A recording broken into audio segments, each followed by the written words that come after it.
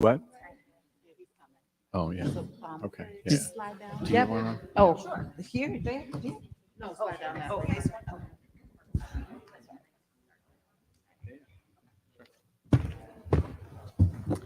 Okay.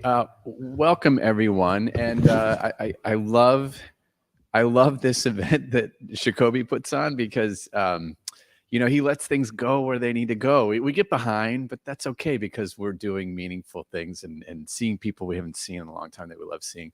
And so, we're going to get started here, but we're going to acknowledge that one panelist we're still waiting on to come in the room, and that's sort of the vibe here at the EJ Symposium, which is good. And just to orient everybody, this morning we had a part one workshop that is admittedly, we're still figuring things out, and that's kind of Jacoby and I talked about under what is starting anew is this Charm Center at Hopkins, which I'm a part of, and Jacoby and I co-lead, are the academic co-leads of the community engagement core of this new Charmed Center focused on environmental health problems as identified by communities. One of the things is that you have to lean into the tough conversations with your peers, your academics. You have to track what's happening that you might think might not be going well and figure out ways to engage and come up with positive, workable ways forward. And that's just very common when academics are partnering with communities. So this morning was an attempt to sort of say what's going on behind why do communities reach academics, if not academics. Often they see companies hiring scientific experts in the form of consulting firms to do all kinds of analyses, which then when they show up to public meetings, there's 150-page reports that are technical and scientific and say, this is the evidence that we can do what we want to do. And then, and so when we partner with academics, unpacking, what is knowledge? Who creates knowledge? What is objective in science? And what are the things that drive that? And so it's a little bit the principles and theory. And then we give some examples of the community work in Baltimore. But really, honestly, the reason to have a multi-part is that academics are good at talking about academic stuff, but where the rubber meets the road, we want to have a second panel where we could confront the questions from community leaders and organizations who could say what's worked, what has not worked well as a part of this conversation to help think through community engaged research. And one of the things that's, that you may have noticed is that with a fair amount of a reorganization of federal budgets with Justice 40 and a renewed interest in environmental justice, just that there seemed to be, as opposed to 15 years ago in the environmental justice movement, we were lonely, a lot of academics who identified as doing environmental justice science. But there's a lot of academics now who are claiming and doing environmental justice science, and that is good. That is good. But just to navigate that, we need to be having these conversations about what does authentic community engaged research look like and what works and what doesn't. So that's the idea, to hear from people who've been down that road for as long, if not longer, than some of us in the field. And I'm Chris Heaney, and I'm from Hopkins, part of the Charm Center, and Nikki Fabricant, my counterpart, and I are sort of going down this road to create this workshop. Good. All right. Hi, all. I'm Nikki Fabricant, and I've been working with the South Baltimore Community Land Trust for about 12 years, and many of these questions have surfaced just on a daily basis. I feel like we kind of work through these tensions together, and as Chris said, some of it can be very productive tensions. So the first question we have for everyone on the panel is, could you kind of describe the partnership or relationship you have with universities? So maybe we could just go down the row here and talk about sort of, how we've worked in what capacity. And then we'll start talking about some of the strengths of those partnerships and where things have broken down or could, be improved. Good afternoon. Good afternoon, everyone. I am Melanie Thomas, South Baltimore Community Land Trust. And one of the ways that we've worked with universities is, as Dr. Fabricant said, she's with Towson University. We've worked for 12 years now, as well as Dr. Heaney. And also another side is the City Lab through Hopkins has helped us with some of our housing work that we do. Why is it loud now when I'm talking? So we worked, of course, the same as Ms. Mel with Towson, with a collaboration for a class out of a high school, and many other facets. We work with Hopkins also with some summer youth. If you guys were just there, you heard some of the research that they have been doing. That is in partnership with Hopkins. And of course, with the Charm Center, we're continuously working with Dr. Wilson Jacoby and Chris also. And then I also got the pleasure of working last year to teach a course at Hopkins with another professor, Anon, which was really cool to see that collaboration like in communities, and then communities getting that benefit from the research that was done by the class. Good afternoon. My name is Valkyria Poole from CEF, Centro de Apoyo Familiar. And we do work in different partnership with universities. You heard the work with the youth, as Shashanda was mentioning. This is becoming part of like a family work at this point. We are working very closely together on the EJ issues with Johns Hopkins, University of Maryland. I remember my first work that I did. I shouldn't say the first work, but one of the first projects that we put together was here at the University of Maryland with Dr. Wilson and also Dr. Quiroz Alcalaz, that was on chemicals on hair, especially in the Hispanic and Black community, and the impact of usage of chemical. And from there, we were able to integrate a number of hair salons, but we began to expand on the EJ work and integrate other issues and work together in the community. I've been many times here in the campus to share about community engagement with the students and kind of bring a sense of how the students can be involved in the community work directly. So it's something that we have enjoyed, and we're hoping to continue to expand with other universities. Hi, my name's Maria Payan, and I am with Sentinels of Eastern Shore Health. We also have Sussex Health and Environmental Network. So we're kind of on the Maryland Lower Eastern Shore and in Delaware, the Delmarva Peninsula, where we have a good amount of industrial agricultural production. I was just thinking back to how long that I've been working with you guys.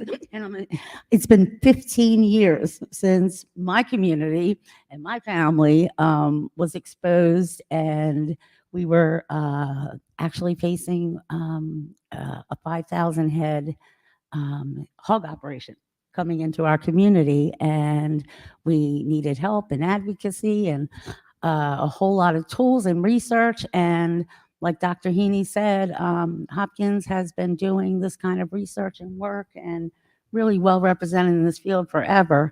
And that was the place to go for the research because there was really nobody working on this type of issue in that capacity. And from there, we've been working ever since with communities throughout the country in one capacity or the other. And it's the same story, unfortunately, over and over again. So we're very blessed and grateful to have the opportunity. My name is Michael Payan, also work with Sussex Health and Environmental Network and Sentinels of Eastern Shore Health. More recently, the work with communities work with universities rather, has looked like health impact assessments, air monitoring projects, different mapping projects, just a plethora of different things that have been incredibly helpful to our work. And definitely appreciate the opportunity to have been able to collaborate on this. Okay, so maybe we could talk a little bit about the stickiness of this work? Like, what are some of the tensions, right, or frictions that you might encounter? And are there ways to hold your partners accountable? What has worked in terms of accountability practices? So let's get into the hard stuff of like, how does it work and how do you actually push back against a model, right, that hasn't always been for the benefit of communities? So maybe we could start with South Baltimore Community Land Trust. All right, where do we start?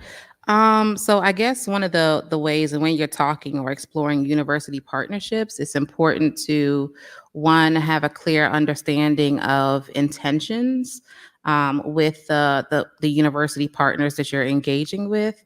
And then also, I think another big area is the ownership of the data that's being collected. So it's not just about, I mean, as Black and Latinos, we've been studied so much, and we need, these partnerships should be like co-authorships of materials and publications going out. One, because our lived experience is data itself, and there would not be any publication if we were not part of that process. So that's important, I think, and really key in when you're talking about university relationships and partnerships. So what does that mean? Clear MOUs and different things where they're legally binding, where the communities will not be preyed, PREY, upon any longer, but really given an opportunity to thrive and use their lived experience to get the resources, because the university partnerships, they bring and they have resources, right? And I think that's one of the key things, whereas some community groups, if they're just starting out, they may not be able to be eligible for some of those things. So that could look like joint grants that they're going after, where benefits, where the community is written in as being a beneficiary of some of the grant subsidy that's being awarded. And then also, when possible, too, offering stipends to people and members in the community that are being involved in these studies. It's important for us to be paid for our lived experience and our knowledge that we possess and we bring to the table. And I'll stop there and see if my colleague has more. Mm-hmm. Yeah, I guess I'll say partnership is a word that has been used very loosely.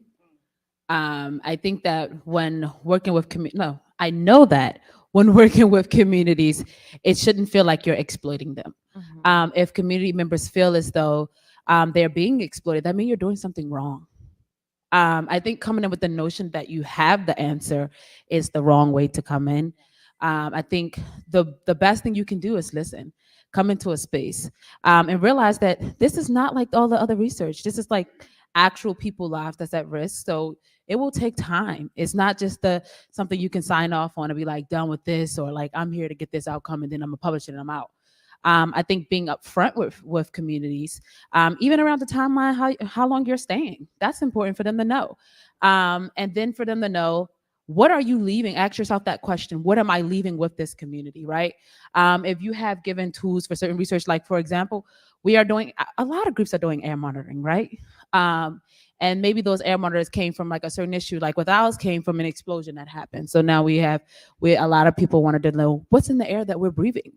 And so it is so important to realize the tools that you are leaving with communities, because then if they know how to use them tools, even when that partnership ends, they know how to further protect themselves. So always asking that question. I feel as though community residents have always been asked to come outside their spaces. So it's like, hey, meet me at this university down the block and let me hear what your story is. But it's never, I'm going to meet you where your story is taking place. And that's a problem. So I think that always meeting residents when they are where they are, and not telling residents to meet you where you are, and realizing that it is not that you are coming to bring something to them, but you may be giving them something, you may be helping them, but they are also bringing something to you. So not coming in with that notion that like I'm the expert, which we hate to use that term. We really rarely use that term, really, because what are you an expert in? Everyone's an expert in something. And so just knowing that you have a skill set that is beneficial to these communities that you are giving, but that does not make you the expert of their stories. And I think that realizing the ownership, I don't even want to share it sometimes. It's not yours. You're doing that research with communities and leaving that with them and allowing and also using their narratives, not your own, just makes it feel not exploitative to communities. So I think always listening. And then it's not about just getting a outcome, it's about getting the outcome. So it is the outcome that residents are asking for and residents are trying to reach. So if you're coming just to get an outcome, you're going to get an outcome regardless. But the outcome matters to residents. So when you're coming to work with residents, make sure you are on the same page with getting the outcome that they are looking to get, because that is super important. I'll just end there because I can go forever, but So the other piece I just wanted to add is that longevity. You heard Maria talk about 15 years and Dr. Feb to over a decade. So you have to be in it for the long haul and not just for not just for a moment. Because if you are just there for a moment, these EJ issues, you heard the history. They've been in existence long before, and policies are the reason why they exist and why communities have to suffer anyway. And we know that policy change takes time. So any university coming in, if you don't have a dedicated person that will want to really stick to committing to that community, right? We deserve that commitment. We've been through enough. We deserve that. And committing for the long haul. And that's such an important point, because that's not the model of universities, right? So oftentimes we have these one-offs or community engagement. And how does that leave a community then vulnerable, right, to a much more extractive relationship where the academic got what they needed, the students got it, but then they abandoned. So I appreciate that long-term, like what do long-term solidaristic relationships look like when you're in an institution that really doesn't support the long haul? Thank you. No, I totally agree. And I will say it also in the same line, engaging and working together with the community-based organizations, because we work with the community, we know the community, and the community trusts us. And so part of what we need to do is how can we make this a long something that can be here for longer? How can that be connected with programs, advocacy, so that it translate all this amazing research need to be translated in a way that it can have sustainability. Some of the things that I keep always, telling the research as we partner is this is costly, putting your budget that you need to invest money in incentivizing the community, because they spending their time, and many times, we ask them to please, they will do it because they know you and they will come and support, but we know it's expensive, 1 hour, 2 hour, 3 hours of their time is something that should be, remunerated somehow or incentivize one way or another. So that's part of the things that we wanted to think about. And also, with the community that we serve in, especially we serve the Latino community sometimes. When we're talking about engaging the Latino community, it's not just translating a piece of document. It has to be connected in a way that it makes sense to the community that we serve, and it also has to be delivered, if you can put it this way, or connected the research with people who look like the person that is being engaged. So part of that is also putting that in your budget.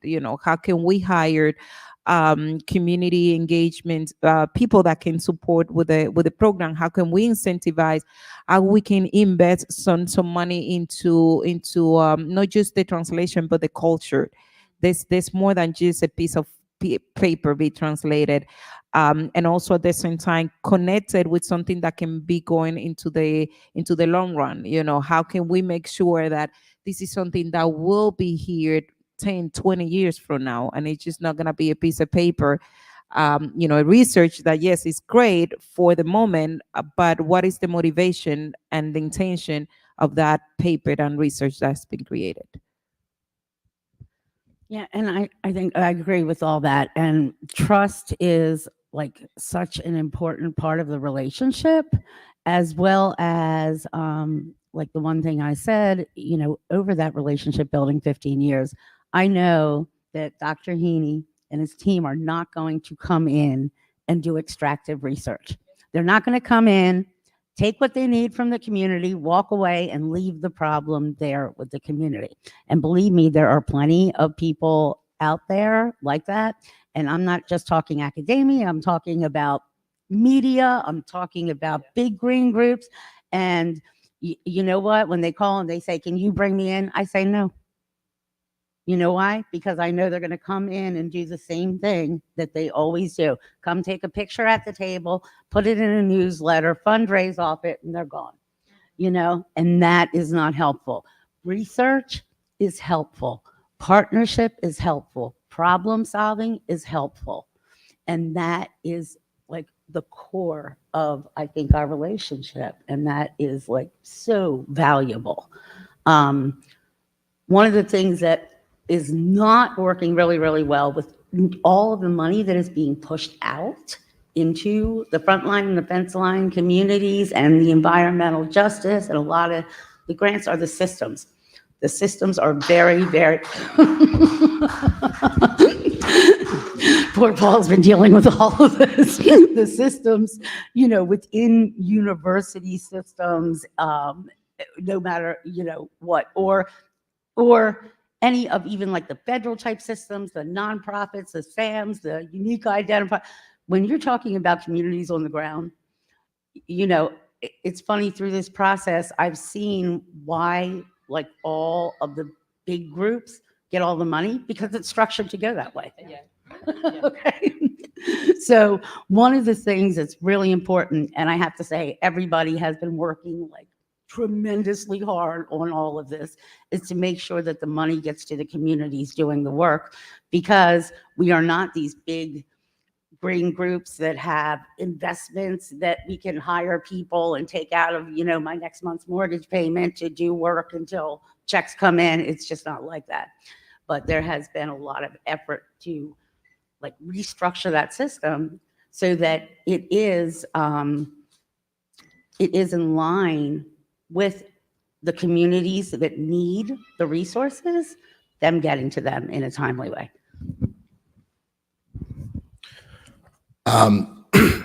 Yeah, so, community-based organizations, right, oftentimes working on shoestring budgets, and that becomes very difficult to be able to keep up with what someone with an organization with a larger budget, an organization with more resources may be able to endure.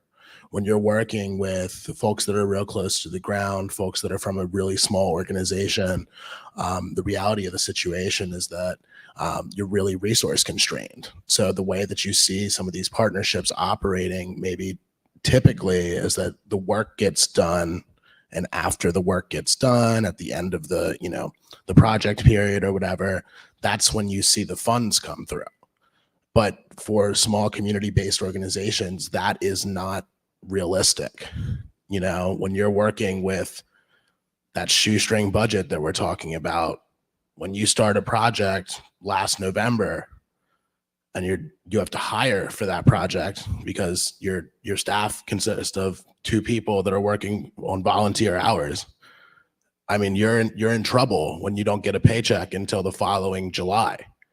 That's 8-9 months that what are we going to do? Right? When you're, working on another project that you're starting in April, you're invoicing in May, you still don't have funds. What are you going to do? And not that it's anyone's fault other than the systems that are in place, but there needs to be some major changes, because the difference is, for the academics that are involved in it, their paychecks still come through every month. For the community-based organization, they don't. So that creates a very real problem, because for folks on the ground working, with already stretched very thin, and then they're hiring, and a lot of people have a lot of heart in this. I mean, the people that are in these small community-based organizations will reach into their own pocket and hire somebody based on the trust, based on the passion they have for this work to get what they need to done in a timely fashion. But when, it comes to a point where you're potentially faced with not being able to meet your obligations as an individual to pay your bills, it becomes a very stressful situation, and it adds tension to the relationship. And all of a sudden, where people are very willing initially to be, doing work, and yes, we know it's going to come through. We're very, we're happy to do this. There becomes an animosity, and you start to pull back, right? And you start to ask questions. Well, what kind of strings can we pull to make sure that we get paid, right? What do you have to do? So, these are the types of things that I think we need to think through in terms of the systems.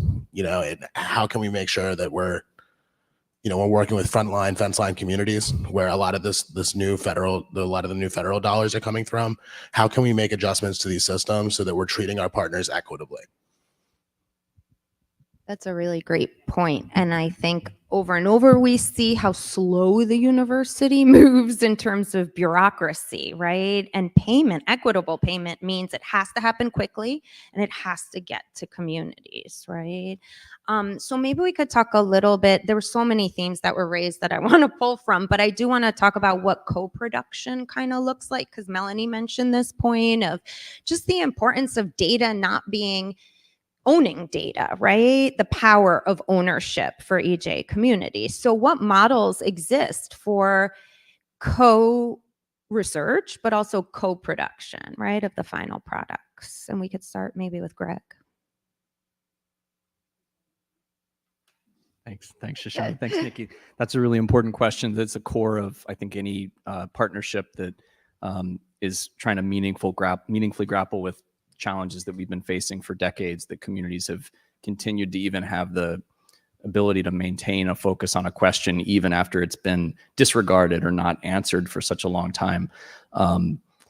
Then when we talk about sort of co-ownership or co-design of a process, it's a real extension of trust, many times to partners that have done a lot to break that trust, whether that's an academic partnership, a government agency, right, that both of which are usually contributing in one way or another to the very problem that the community faces. So one example that just to get concrete, there's a concentration of waste-based infrastructure, incinerators, medical waste incinerator, a newly proposed incinerator, a landfill that's the state's second biggest methane source, all concentrated in the communities you saw the youth present on during the lunchtime. Each one of those is financed and fed into literally by the waste streams that are generated by the institutions that are then coming to provide academic support.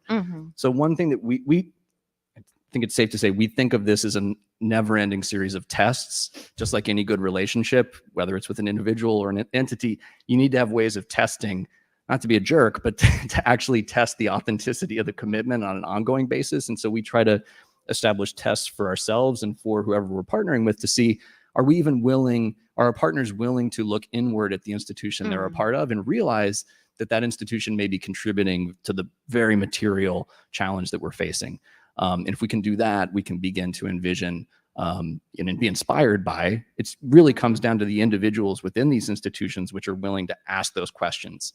And we always find that there's some people who are and there's some people who aren't, and we tend to filter ourselves towards the people that are. And from that starting point, we can have some trust and we can begin to take on the big questions. And then from there, it's having things then written and very clearly identified as this is a co-design process, which means then the community will give some space to say, we don't have all the answers in the room. We have a lot to learn as well.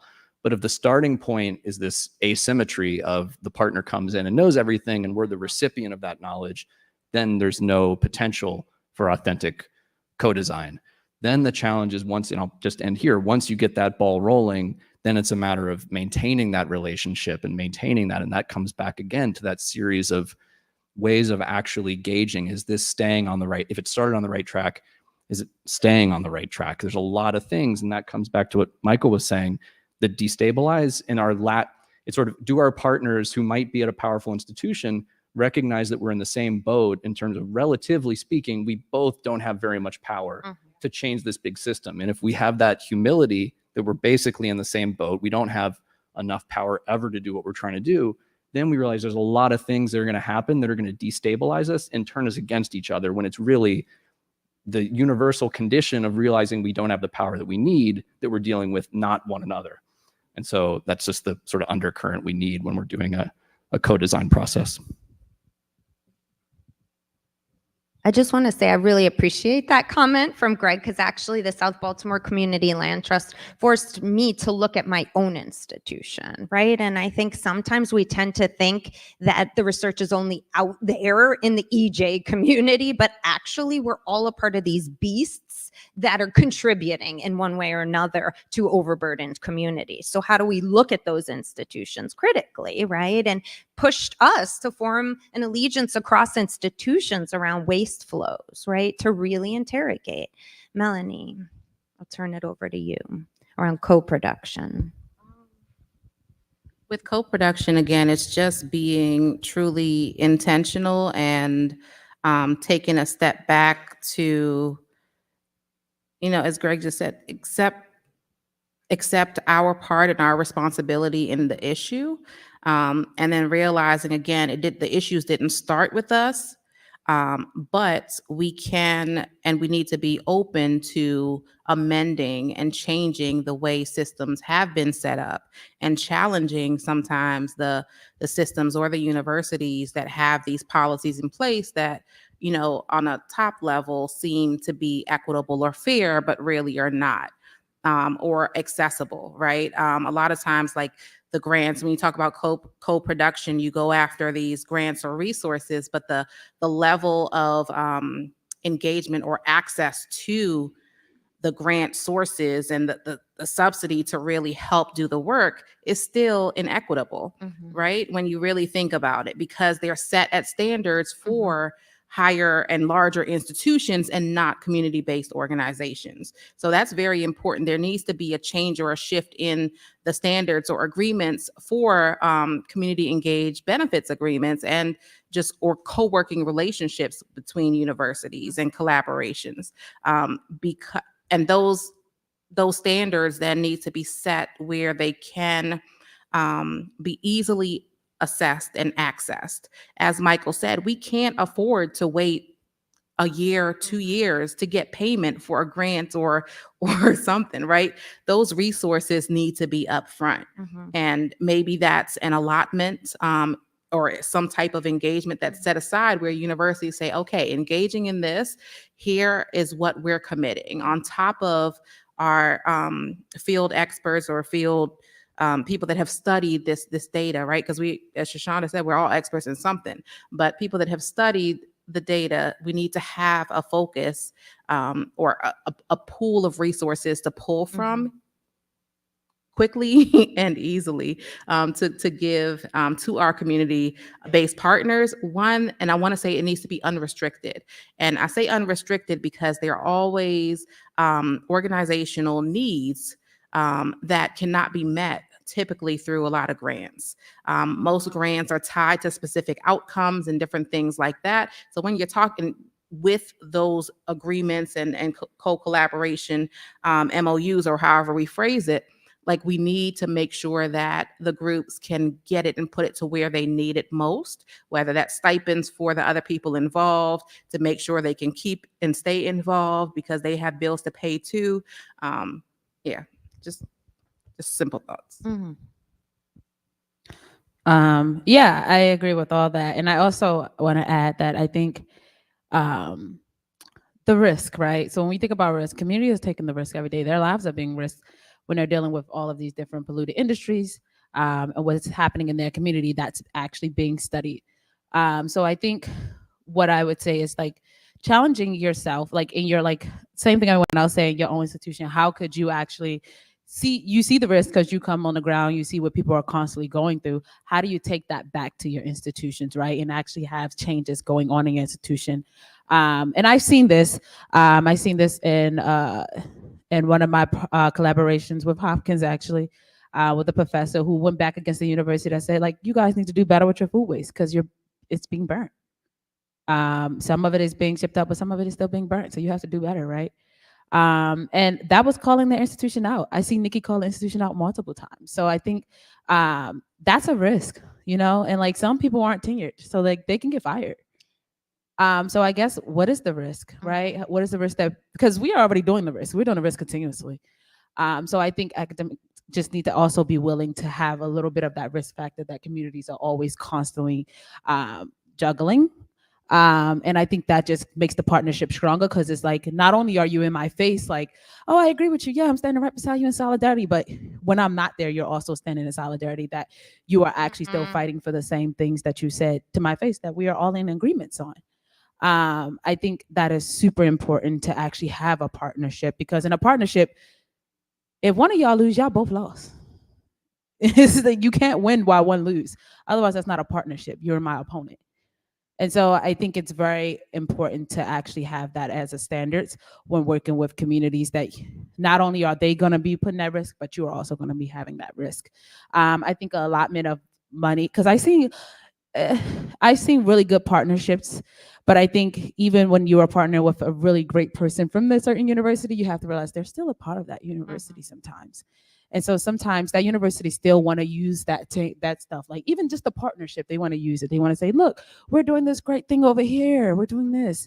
But that great thing that you're partnering with over here doesn't distract us from the bad things that you're doing over there. And so I think that it's important to understand that, like, even when working with them, you still have to hold them accountable. It's the institution. You have to hold them accountable. And I think institutions have to also realize that if you're not actually dedicating funding to these things constantly and not just a one-off thing, then you're still extracting something from them. You're still doing that. So you have to build in new systems, new ways to actually work with universities. And I'm not talking about that, let me partner with this organization. You come to my class 2 times out of the year and then we work together. I'm not talking about that. I'm talking about really getting out there with residents on the ground, really getting out there. Not only you come and bring your students, right? These are the same students that's doing this research. How could they do research on something they're not actually coming to see? And so I think getting out there is super important, because that shows us you're standing out there in solidarity. Right. We have students that marched with us. Oh, We have students absolutely. that come to rallies, and that trust that we built is because they did that. It's not because they sat in the classroom and did research on these Right. chemicals. So it's showing up beyond just the research. It's definitely showing up right? outside of that, because that's Yeah. what partners do for each other. Partners come through, and we showed up when they fighting back against their university. We show up and we say, well, that's your job. Like, Right. you need to do what they're saying do. So I think it's that risk factor for both. And I think that allotment of funding for these different organizations, because we're small, you know, we need some money. We need to make a difference, and that takes money and time. And like I said again, and when I say longevity, relationships, it's not like you have to be there every day with us. That's not like, but you should be able, if I be like, oh, I know this person that knows a lot of information in doing this with permits, I should be able to reach out to you and say, hey, there's this permit coming up. Can you read this for me and tell me what this means? That's what that longevity is. I'm not telling you to dedicate every piece of time you have, because some people don't have that, but dedicate in that actual support that you have and show up where you can. Those are great. Thanks. So really good. And I totally agreed. And I think some other issues or way that we can start also improving our relationships and partnerships is to make sure that we are brought into the table whenever it comes to, making decisions at the university level and executives, because it's just feel that for some part, the community organizations are good and we need them, but for some other, we don't exist. And so that's something that it is very, what's the word? It feels very uncomfortable for our community, because we go out there and tell our community, let's go and give 100%, but we don't see that happening the other way. So it should be a 2 ways, and making sure that as community partners and community engagement groups that we are invited, we are putting the menu in all the choices that are there, and even ask us to be part of that choices that will be put in the menu. Just ask us to be part of whatever it is that is happening. And that doesn't happen to, I know some institutions do better than other, but unfortunately, it feels in these counties where we are in Baltimore, Prince George's County, that are communities that are very impactful with the environmental justice. We don't see ourselves many often invited to be part of the solutions with the executives of the universities. We just been invited to be part of something, some part, and we don't have all the solutions, but I think we feel that together we can come up with a better strategy, and at least we're going to be felt appreciated at the end of the day.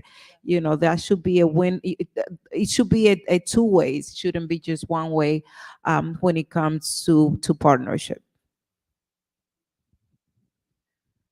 I'm going to go back. I agree with all that. And going back to Shoshana, what she was saying, like, we have each other's backs and there is a respect there. When Dr. Heaney, remember when you guys first came down to do the charm thing and you were like so blown away when Michael and I walked in the room, you were like, you came all the way down. And I was like, this is so big. Coal for Christmas, right? We were all standing there and saw You were absolutely there. right. You know what I'm saying? Like, we understand how,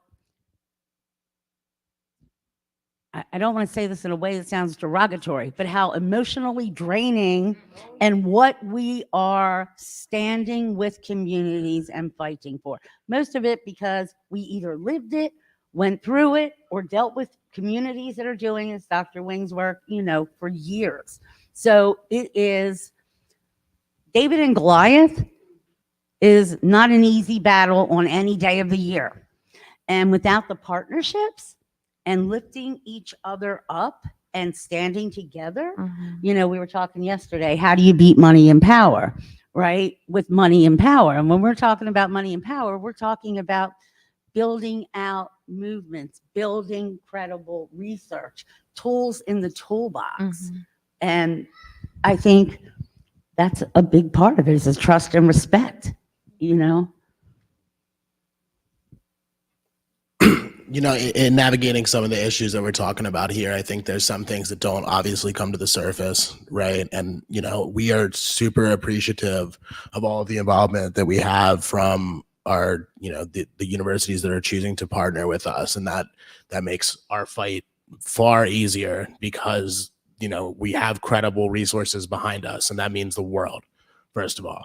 But, I think that there is a power dynamic that you need to consider, right? And although we may have some things that we may want to change, we're just a small CBO. We don't want to rock, we don't want to rock the boat, right? You don't want to, be so difficult that you cause your partner that's benefiting your cause to walk away from you, right? So you have to walk that line in a very fine way. And I think the same thing goes for the academic partners that you're working with, is that they're part of, like you guys said, you refer to the beast, right? They're working for a very large organization that, we've all been involved in some kind of bureaucracy in our lives. It moves slowly. There are issues, they probably don't want to rock the boat within their organization either, too hard, right? And become the thorn in their organization that is, constantly causing an issue in the research that they're doing and trying to, change systems. And I mean, I can see how that could become burdensome on an organization. So it almost takes the power of someone that's very high up in the organization to realize these problems, right? That's in the leadership positions at the very top of that bureaucratic organization, and to be able to see these issues and say, we need to make some changes here, right? And not have to come from maybe the folks that are doing the work on the ground, because I can understand how that would be difficult. That's all. I just wanted to land the plane. Shoshana and I both referred to this example of the institutions and the food waste and it being burned in South Baltimore. There is one thing we need to do more of sometimes, is when we make breakthroughs in the David and Goliath ongoing struggle, is to recognize and amplify them. And that's something everyone in the room can do, but you have to know what the story is if you want to tell the story, and you have to know the real story, not just what you might see in the media.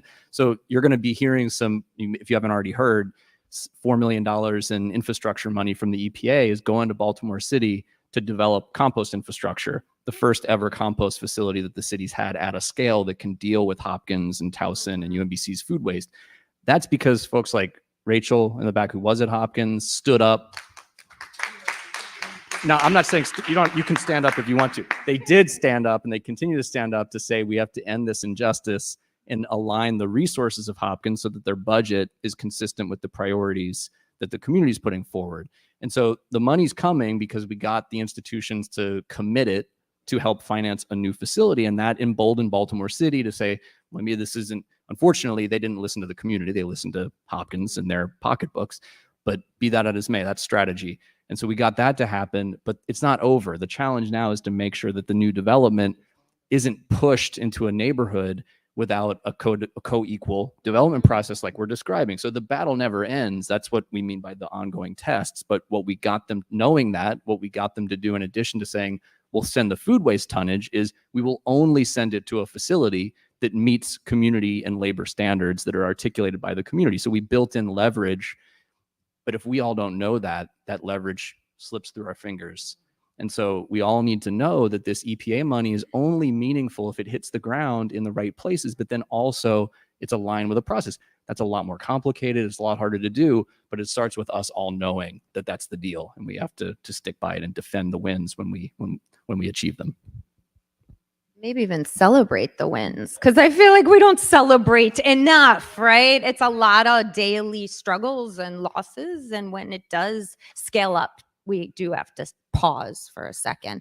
So I guess we're running out of time here. But I did want to pick up on this kind of ecosystem of care, right? And like how we create, if we care about one another, right? And there's a mutual trust and longer term relationships, what is the support systems in place that hold us up, right? I mean, one issue is always community orgs being overburdened, no? And like an academic adding to the burden of labor. We see this all the time in South Baltimore. And so how do academics and their partnerships really think about that care, right? That's so essential to the work we do. Maybe we'll start with Shoshanda on this one and then move. Okay.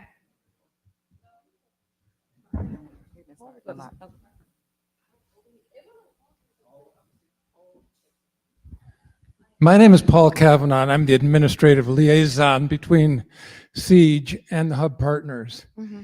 And I'm always amazed at how generous they are in talking about the deficiencies of our relationship and how much they've put up with. Because we talk about the match, that's $2 million. We've given out $60,000. You know, $12 million EPA grant, we've given out nothing. You know, it's very likely that the National Wildlife Foundation and the University of Maryland will receive $50 million to give out. We have no idea how we're going to do that. Mm-hmm. Because the university does not exactly. the university Right. does not respect community-based organizations. Push back. It is so difficult for me to look at you and Shoshanda and Greg in the eyes, because I know what we've put you through, Mm-hmm. the meetings we require you to attend, But you can change paperwork, it. the unbelievable paperwork that we require you to fill out to fulfill some sort of administrative whatever. And to summarize, I think you should all get together, write a letter, and send it to the university and said, you know, you wouldn't get $12 million from the EPA if it wasn't for us.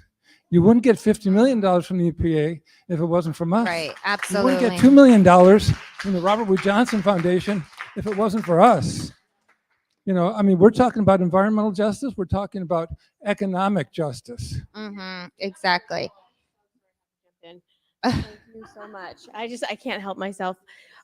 What I want to know is from the institutional partners is we understand, I'm saying we because I've worked with Maria and Michael, and we understand that you hit resistance on these issues. So what Paul just said is write a letter, but I think we need to do more than that.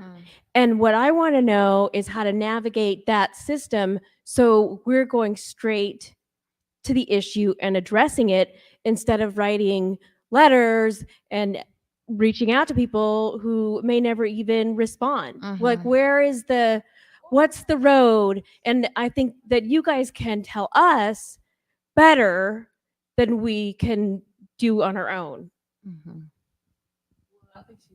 I think this we are, Paul, thank you, and thank you so much for your comment. But again, I have, yeah, just to add into this, as groups we need to organize. That's how we make things happen out there. And what we're saying, we need to start organizing ourselves to go and fight for a justice that needs to be addressed, because it's not. Paul just said it. When I said that we're like families, because we see each other like what, 3-4 times a week. We are on a fun. We're constantly in a meeting talking about how can we resolve these issues. And at the end of the day, as you mentioned before, we get paid 2 years from here. Like, we put a lot of our time, a lot of our energy. We're not able to really grow capacity because we are just building up a debt in our organizations. We don't have the cash flow to really support a lot of this work. And yes, writing a letter is great, but I think we got to go beyond. more. We got to organize. And when I mentioned that we have to start meeting with the leadership, this is what I'm talking about. They need to see who we are, who we representing, and what we're doing. And all these great millions of dollars that is coming is because we are pushing that and because we have the solution. However, we are not given the opportunity to talk and really be part of what the solution will be. And what do we get? Pennies out of these monies, or nothing. Yes. Can I?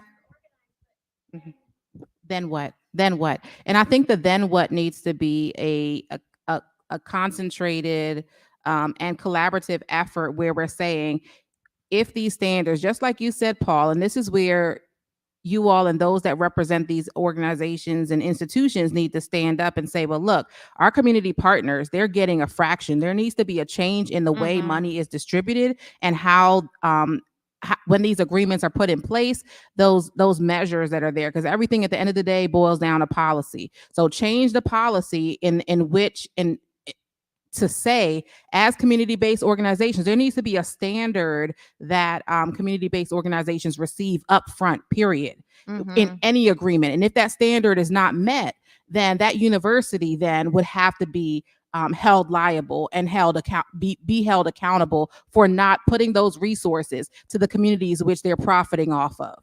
And commoditizing, right? Those relationships. Absolutely. We see a hand in the back. And I just want to say, I think part of this goes back to the morning discussion of the preaching in a good way, preaching to the choir, meaning recognize that many of the academics we are working with are the folks that are doing that internally to grow the space. And the challenge is to increase the number of folks, true allies we have internally who can make that a winning fight versus one where those folks are just as marginalized within their institutions are as we are in the larger system. So again, recognize that we have allies, but we need to grow the numbers. But I just wanted, well, before you get it, but I wanted to also connect this, that we've been working for so many years on this issue, and believe it or not, it's been to this point where we see Dr. Wilson standing up for us. A lot of our community organizations, and that's when we're talking about getting organized and being empowered. This is what we're talking about. What's going to happen after this? This is what we're going to do as a group. We're not going to stand and just do what we have done before. Yeah, we'll just go with the flow. It has to stop because we've seen injustice, and we cannot just be going out in the community and tell them go speak up when we ourselves have been quiet.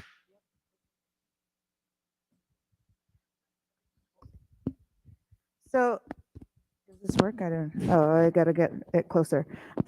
So one of the things that, because I have a PhD in immunology and microbiology, I've been a part of the academic system. I'm an indigenous person, and I know how a lot of people in the institutions will make excuses about, oh, you know, it's the structure of where I'm working that is holding me back from being able to implement the solutions that our communities need. However, there are models that do work, organizing models. For example, the labor organizing model. When people go out and strike, There's strike funds. And so that's something that I see academic people could be organizing, because we often tend to have a lot more privilege, a lot more money, that we could be organizing our own money and creating mutual aid funds that will be going to the organizers on the ground.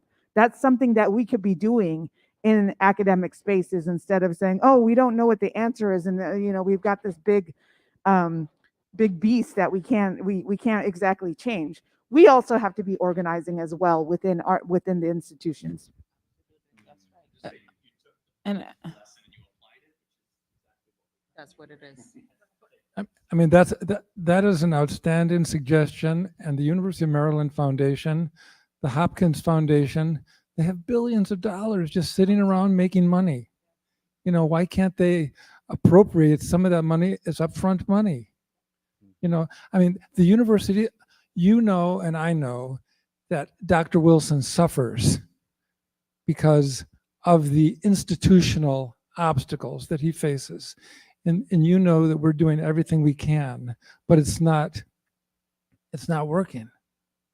yeah, and I think what I wanted to add to the point is that I think, to go back to what Wakir was saying around like it just being business as usual. Like even when we got involved in these different things with all this paperwork and things like that, the type of paperwork that we have isn't meant, that universities are using for us, is not meant for nonprofits. So they're just trying to stretch it to nonprofits.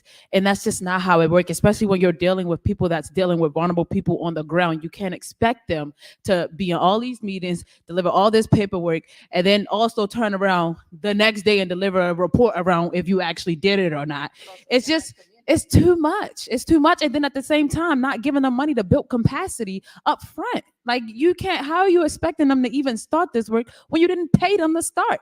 If I start a job right now and they're going to pay me, it does not make sense that you want them to do the work and then get paid. That's just not how life works. And even just thinking about being reimbursed, you can't even expect these orgs to be reimbursed because they don't got the money to begin with.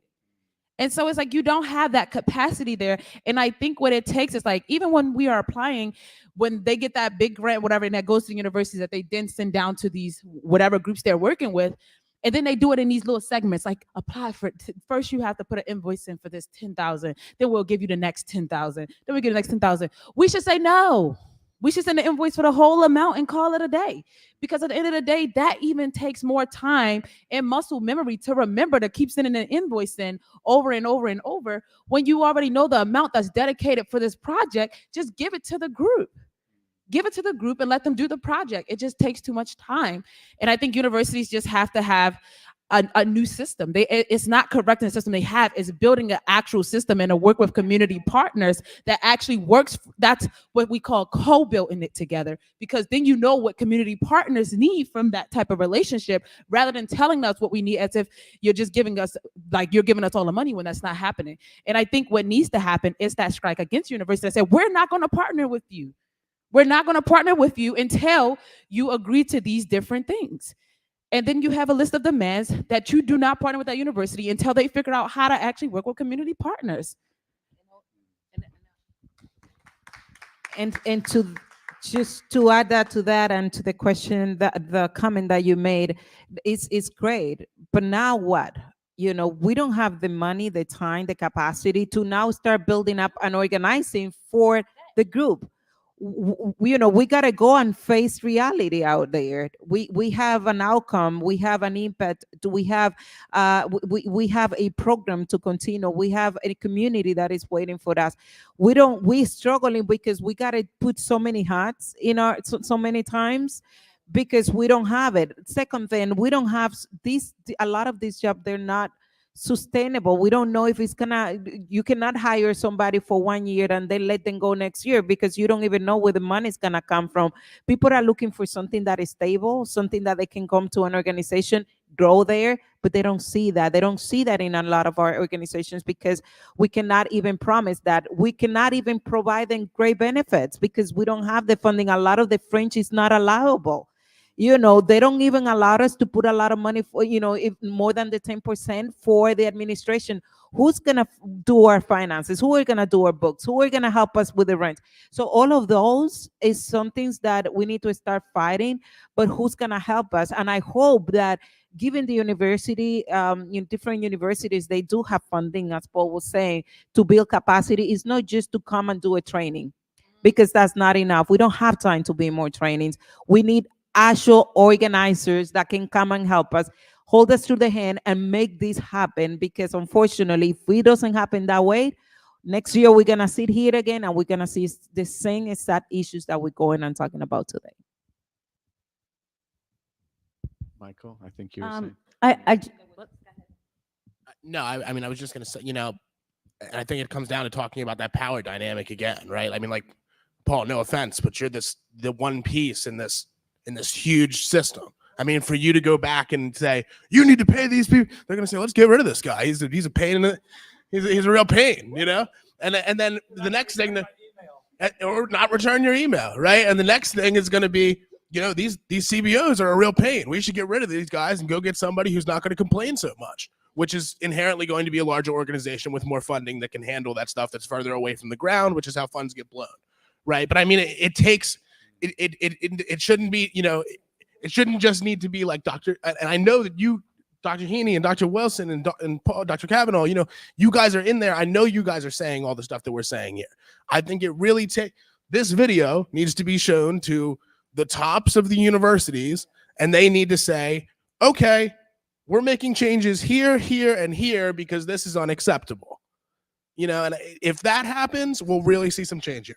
If not, you know, we're, like you said, we're going to be here next year talking about the same thing. Yeah, just one final word, because I really, you know, we talk about people we've known literally for 15 years. Paul, I haven't known you that long, but Dr. Kavanaugh, we've been on tons of meetings together, and he has been an advocate. Dr. Heaney, you know, you have been our advocate pushing. So it's not all the people when we're talking about this, it's not these folks, you know what I mean? It's somebody way up that's removed. And even Dr. Wilson, you know, same thing. He feels horrible. He's like, how can I ask anybody to do anything when, you know, it's all these projects and work? And like what you said, it really only gets you further behind not having the resources, because you know why? Then they want to keep track of everything with no employees. With no employees, mileage, maps, this, that, the other, no, you know, accountants that you can hire to do. So now it's taking you, you know, even more time without resources, because you can't hire the proper resources to do the job.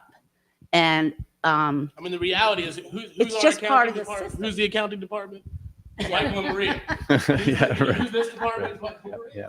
And you know, and Nikki, I think is gone, but you know, she say, how can we take care of each other? Because this is very stressful. This is a very stressful job, to the point that, you know, we all working 10, 12 hours a day, and we are, you know, we working so hard out there, getting the community motivated, you know, mobilized, engaged.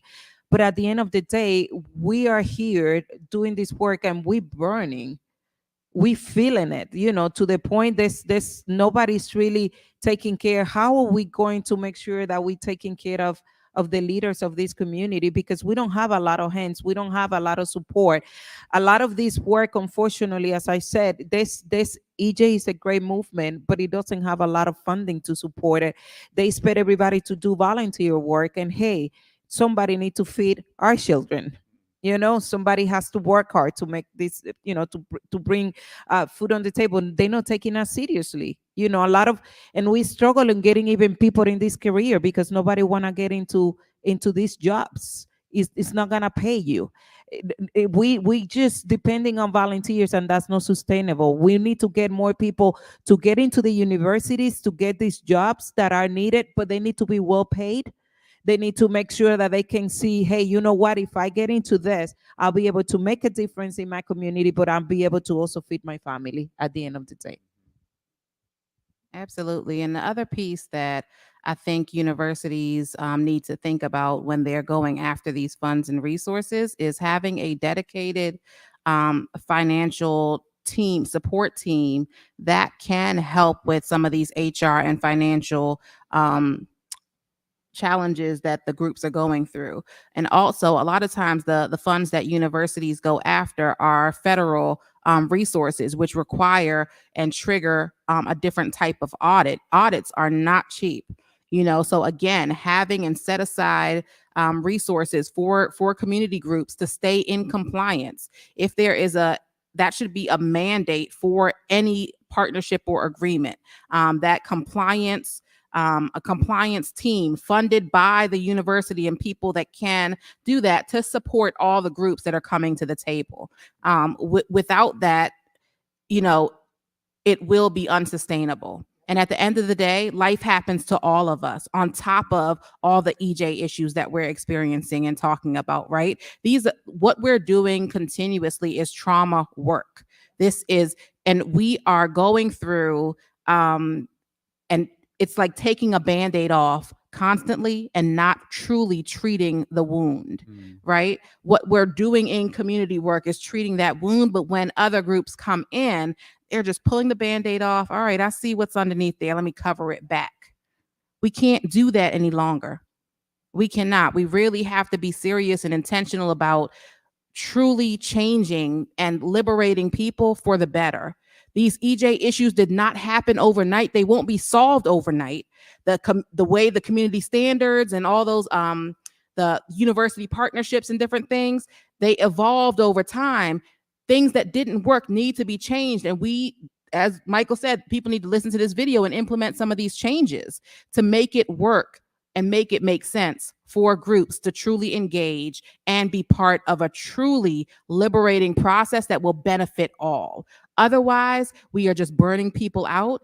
And at the end of the day, then someone else comes in and they have to fight the same issues. So again, if it's not stamped in policy and a true mandate, then we don't want it. It needs to have some teeth and some muscle to really stick. So community groups like ours don't have to come up and keep repeating the same issues over and over again. We need them to start from a place of power instead of a place of struggle. Can I just say one quick thing? Is what I'm hearing a theme? I'm hearing a theme that particularly with a lot of the infrastructure funds that have come down about monies being distributed, large amounts of money. I'm hearing that a lot of that is being flowed through the university channels, right? Is part of what I'm hearing is a message that is there an alternate way? And what I'm thinking of here is what, Omega Wilson described as community owned and managed research, where the funds, the meaningful funds, the large funds go directly to the community organization, right? They then can build capacity around all these things, staff, organizing, audit funds, everything. And then they pick the technical experts they'd like to work with. Is that what I'm hearing some of? I'm just hearing a lot of that. And that has been done.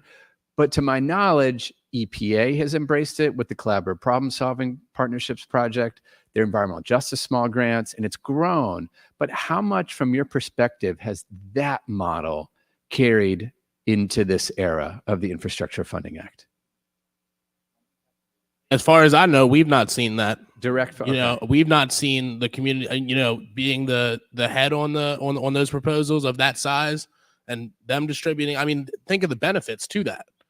Right. I mean, Dr. Wilson was talking about that the other day, putting things to universities. You're talking about 50-60% overhead, right? How much more of that money could go to the work on the ground if it were given to the community and they selected the technical partners, the technical experts?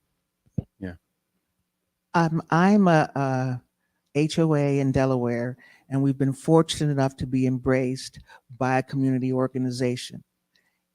We don't have the resources to even, in quotes, fight City Hall.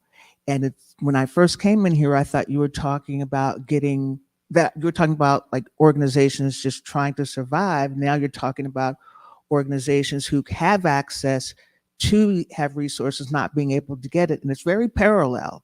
So you, like Maria, is helping us fight environmental justice. And I have a job and my husband is retired and Carol has a job and her boss just called her and said, why aren't you at the shop?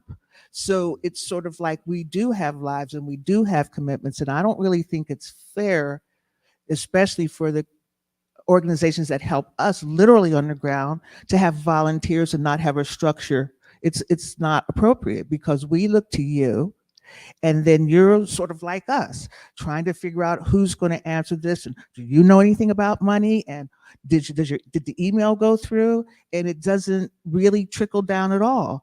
I'm not surprised and probably a little dismayed that you could have been talking about us and our little HOA. Maria, who does accounting? Me and my son. Who does correspondence? Me and my son. And you're very important to us literal grassroots who are like, has sewerage floating every day with us. So it's parallel.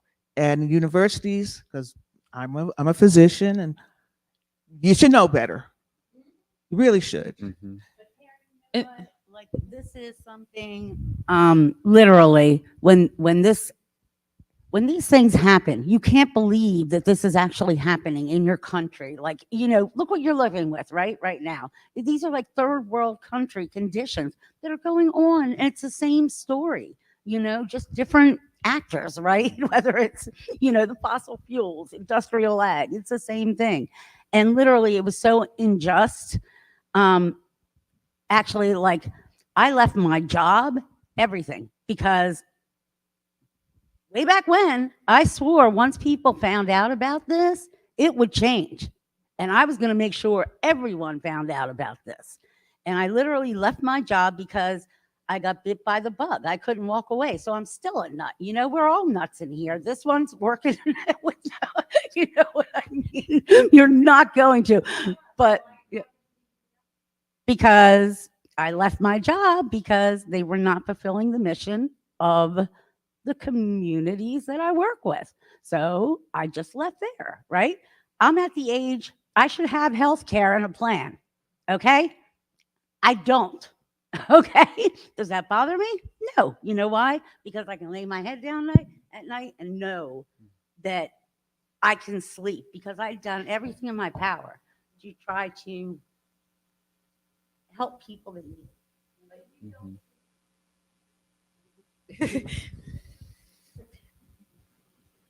And with and this, you can come up and one of the things that I was talking to Maria earlier, that even as you see our children now being part of this movement, and she was just we were sharing how sometimes you drag your kids to a lot of these events, this meeting, they learn, you think they're not paying attention, but they are, and they're trying their best to then create, because they see us struggling. I also gave up my job.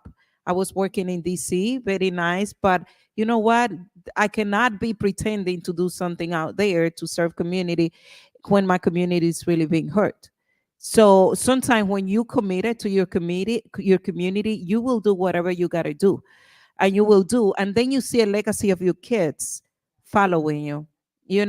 And as you mentioned, we don't want to we don't want them to take in a take over in a way that is not being built up. And I have to say this, unfortunately, but we see that it's not, there's other agencies that are doing environmental justice, but they're not led by minority, and you will see a huge difference in their budget. You won't see that they're struggling with what we are. It's completely different. Sometimes I've been asked to sit on those boards because of my skin color, my last name, or what I am, whatever that is. But then you will see their budget and you say, how come they're not struggling like I am? To get where we are, we have to work so hard. And then at the end of the day, the answer is, you know why? Because this is what is happening, the leadership. And we have to deal with this every day. Unfortunately, we think that it's not real, it's not happening, but it is. And we are the one out there working with the community. We mobilize over 15,000 family, over 75 churches here in the Prince George's County, over 400 in the Washington Metro. When we are out there and we tell them to come and do and work, they will come and show up because of us, because they It's not because even the name of the university, it's not because even the government, they don't trust, but when we put our name and the organization, community will be there and they will support. And so I think, and again, some people tell me, you got to stop doing all this for free all the time. But if I don't do it, then who's going to do it?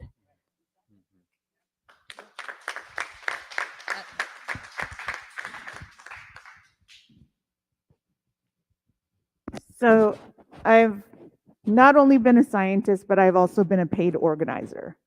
And one of the things that I learned transitioning into the paid organizer role was that for years I was exploited as a volunteer until it led me to be I fell into human trafficking. That's how much a lot of organizations will exploit people who look like me because they think that my skin color, the way I look, is nothing more than to be exploited for labor because I'm an indigenous person. Latina people who look brown like me also are heavily still exploited for labor. And when I was a paid organizer, I was paid very well, but we also had we had to form unions because unfortunately a lot of green progressive groups also exploit especially their organizers. And so we also have to get beyond this model of thinking as organizing as something that should be exploited labor. It is a skill because I have both expertise as a scientist, but I also have expertise as an organizer. And I've seen projects in various progressive spaces just fail because they will transition into a volunteer model thinking that, oh, we're just going to have people do it for the good of their hearts. And then it just gets all of that hard work gets squandered.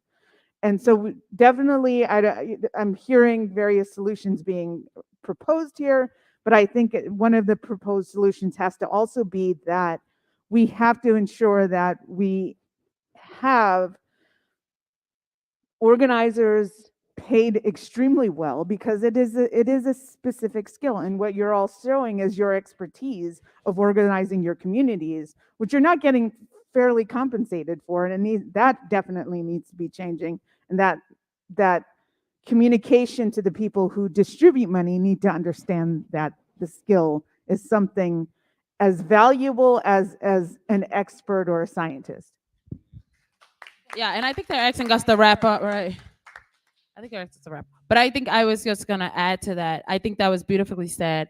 I think that when it comes to this work, it is important to recognize what you are bringing to the table, even to these. I think to go back to something Wakira was saying around like what you are bringing to community residents, and without that, these universities, they can't actually be credited for those things. They can't be credited for anything, right? So it's not like we're working with community unless you are bringing it. And like I think you can also see in their budget what they give an organizer when they show up for their little stipend, and what they give what they call a consultant, right? Those are two different budget items, and those hold two different weight levels. And I think that is fundamentally wrong. That is wrong because these community organizers are your consultants. They're doing just as much work. They're bringing just as much expertise, but they're not being compensated in the same exact ways. And I think that's where you get a lot of burnout from people also, because then they have to still go back home and struggle with paying bills. They go through the same thing everybody else go through. Bills, not having health care, all those different things that people go through. And so I think like not seeing them as consultants to be able to pay them more than like these little regular stipends that they be given for their like time, it's not okay. It's wrong. And I think that we have to understand our values, because we have lessened our own value for a long time because we accepted what they had put out there. We accepted showing up for free. We accepted the mentality, if we don't do it as Black and brown people, no one's gonna do it. We have accepted that mentality, and that mentality has allowed us to devalue ourselves. And so I think it's like, listen, it will get done, but it ain't gonna get done by me if it ain't this type of budget, because they have it. They have the money, they have the funding, and I think it's just they're picking and choosing who they decide to give it to. And so I think we have to stand up for ourselves better in that way. And I think we actually have to support each other and saying like, I'm not going to accept it, especially if Walkiria not going to accept it, if she's not going to accept it, if Maria's not going to accept it, because at the end of the day, it's not right. And- I'll say that. And I just building on Shoshana and everyone, the theme is, I think a lot of the spaces we're talking about will start to make more sense or have a chance to make sense if they're democratized and they're put under worker control and ownership, and viewing ourselves as workers and laborers. Think of the coal terminal that you heard the students talk about. If that was worker owned, would it still be a coal terminal if the workers were living anywhere near the community? If democracy, and that's why we can't abandon the universities and say transfer everything to communities. We need institutions like this that are run by the people that work here and where decisions are grounded in a democratic process. So I think we need to extend the logic to our own organizations and end the self-exploitation and realize what we need at the workplace, but take that logic into all the spaces that we're working in. Until we do that, it's difficult to see how we resolve these structural challenges if we're not the ones at the center making the decisions. Yeah. Thank you so much for engaging. And I see our cue to get off stage here. But everybody's participation just shows how important these issues are. And, I think that the way that Dr. Wilson and the symposium here have done it to make these available online, I think this is, as many of the panelists said, is going to be a very valuable thing for people who are not in this room to be hearing and to be reflecting upon in meaningful ways that could change things. So that's something I think we hope to do with this through a charmed workshop to hear from the community leaders. And I think, honestly, we're scratching the surface today. We haven't really gone into the real, like, how could we do this? How could we change and build something that looks different? So that's what I think we want to move towards. Maybe we don't pledge to come back and talk the same things, but hopefully by next year, we're talking about a system that could work, okay? So thanks everyone very much.